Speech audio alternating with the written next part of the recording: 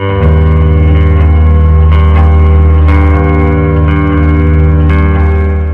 isang magandang hapon po sa inyo mga kaibigan. I-update ko lamang po kayo sa lagay ng ating panahon ngayong hapon po ng linggo, May 19, 2024. Pero bago natin yan pag-usapan at pagpatuloy ang ating balita mga kaibigan, kung di ka pa nakalike at subscribe, palike naman po and pahit na rin po ng notification bell. Maraming salamat po. Ngayong hapon po ng linggo mga kaibigan, ay napansin nyo naman, biglang buhos po ang isang biglaang malakas na pag-ulan. So naibsan yung init sa ilang bahagi ng ating bansa.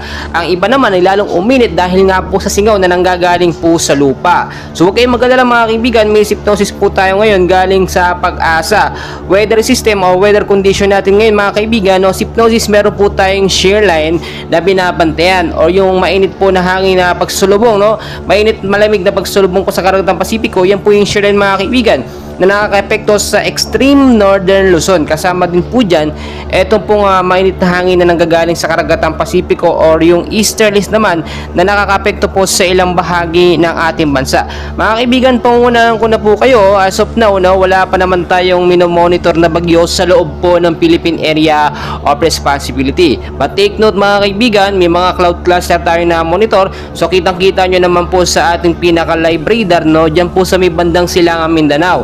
Yan po yung sinasabi natin na nabubuo nga po bilang isang active low pressure area, but as of now wala pa naman itong masyadong pag-movement at wala pang direktang epekto sa ating bansang Pilipinas. So pinapaalalahanan ko lamang kayo dahil nga eto nga bago matapos ang buwan ng Mayo, posibleng isang bagyo po ang pumasok sa ating bansa. At yun nga po yung sinasabi natin na bagyong Agho, at inaasahan na posibleng malakas po ito dahil kauna-unahang bagyo ngayong 2024. So forecast weather condition po natin mga kaibigan, ito po yung mga lugar na apektado po ng easterlies at ng shear line. Makinig po kayo mabuti mga kaibigan sa area po ng Batanes, Cagayan, Ilocos Norte at Apayao.